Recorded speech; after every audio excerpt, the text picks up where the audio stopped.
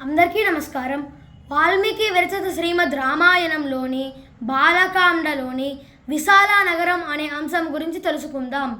నౌరే షాహి సుఖాస్తీర్ణం ఋషీణాం పుణ్యకర్మణాం భగవంతమిహం ప్రాప్తం జ్ఞాత్వా త్వరితమాగతః. విశ్వామిత్రుడు, రామ లక్ష్మణులు, ఇతర మునులు, ఋషులు కలిసి గంగా నది తీరాన్ని దాటారు. అప్పుడు వారికి ఒక గొప్ప పట్టణం కనబడింది. శ్రీరాముడు విశ్వామిత్రుడితో ఆ పట్టణం యొక్క విశేషము తెలుపమని కోరారు.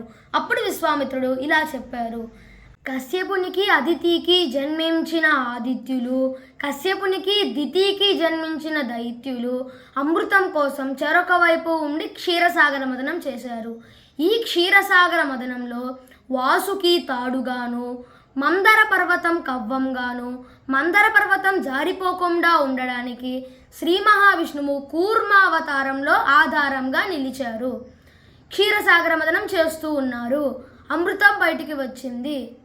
శ్రీ మహావిష్ణువు అమృతం దైత్యుల చేతికి వస్తే లోకం ఆపదలో పడుతుంది అని అనుకొని మోహిని అవతారం ధరించి దేవతలందరికీ, ఆదిత్యులకి అందరికీ కూడా అమృతాన్ని పంచారు. కుమారులకు అన్యాయం జరిగింది అని అనుకున్న దితీదేవి కశ్యపుని దగ్గరకు వెళ్ళి శక్రుణ్ణి సైతం సంహరించేంత గొప్ప శక్తి కలిగినటువంటి పుత్రుడు కావాలి అనే కోరికని కోరారు.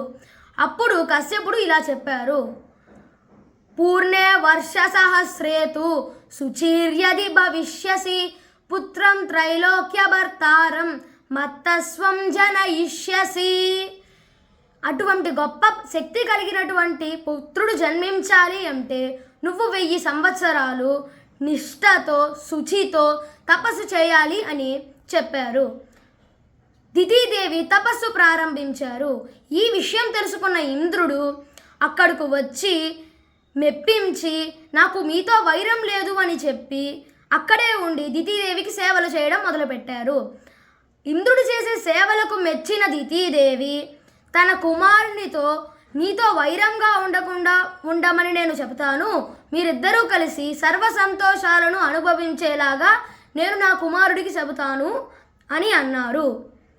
అవకాశం కోసం ఇంద్రుడు ఎదురు చూస్తూ ఉన్నారు. 10 సంవత్సరాలలో సంతానం కలుగుతుంది అనగా ఆ సమయంలో దితీదేవి యొక్క జుట్టు తన పాదానికి తాకింది. అశుచి కలిగింది. అశుచి వలన దోషం కలిగింది. అదే సమయంలో గడపపై తలపెట్టి విశ్రమిద్దామనుకున్న దితీదేవి విశ్రమించారు. 2వ దోషం కూడా కలిగింది. ఇదే అవకాశం అనుకున్న ఇంద్రుడు సూక్ష్మ రూపంలో దితీదేవి గర్భంలోకి వెళ్ళి పిండాన్ని 7 ముక్కలు చేశారు. అప్పుడు సంహరించొద్దు అని పిండాలు ఏడుస్తూ ఉండగా ఇంద్రుడు మారుదా మారుదా అన్నారు. అంటే ఏడవద్దు అన్నారు. ఆ ఏడుపు శబ్దానికి మేల్కొన్న దితీదేవి తన సంతానాన్ని సంహరించొద్దు అని ఇంద్రుడిని ప్రార్థించారు. అప్పుడు ఇంద్రుడు ఇలా చెప్పారు: మీ సంతానంతో నాకు ఎటువంటి వైరము లేదు. మీ సంతానము నాలాగా గొప్ప శక్తితో మంచి పేరు ప్రఖ్యాతులు పొందుతారు. వీరు మరుత్తులు అనే పేరుతో గొప్పవాళ్ళుగా మారుతారు అని ఇంద్రుడు చెప్పారు. ఇంద్రుడు దితీదేవికి సేవ చేసిన స్థలము, మరుత్తులు జన్మించినటువంటి పుణ్య ప్రదేశము, ఇప్పుడు మనం చూస్తున్న గొప్ప పట్టణము అని విశ్వామిత్రుడు శ్రీరాముడితో చెప్పారు. ఈ పట్టణాన్ని మొదట ఇక్ష్వాకుడు అనే రాజు పరిపాలించారు. ఆ తరువాత అతని కుమారుడైనటువంటి విశాలుడు పరిపాలించారు. ఈ ప్రదేశానికి విశాలుడి వలనే ఆ పేరు వచ్చింది. ఈ ప్రదేశం పేరు విశాల నగరం అని విశ్వామిత్రుడు శ్రీరాముడితో చెప్పారు. ఆ తరువాత విశాలుని కుమారుడైనటువంటి హేమచంద్రుడు పరిపాలించారు.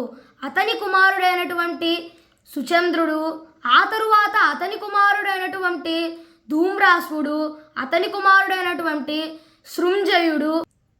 సృంజయుడి కుమారుడైనటువంటి సహదేవుడు, అతని కుమారుడైనటువంటి కుశాసుడు, అతని కుమారుడైనటువంటి సోమదత్తుడు, అతని కుమారుడైనటువంటి కుకుచ్చుడు, ఇప్పుడు అతని కుమారుడైనటువంటి సుమతి దీనిని పరిపాలిస్తున్నారు అని విశ్వామిత్రుడు శ్రీరాముడితో చెబుతూ ఉండగా సుమతి అక్కడికి వచ్చారు. విశ్వామిత్రుడికి, రామలక్ష్మణులకు, ఇతర మునులు, ఋషులకు అతిథి సేవ చేశారు. మీకు తెలుసా, రామాయణంలోని విశాల నగరమే ఇప్పటి బద్రీనాథ్. వాల్మీకి విరచిత శ్రీమద్ రామాయణంలోని బాలకాండలోని మరికొన్ని అంశాలు మరొక వీడియో ద్వారా తెలుపుతాను. జై శ్రీరామ్.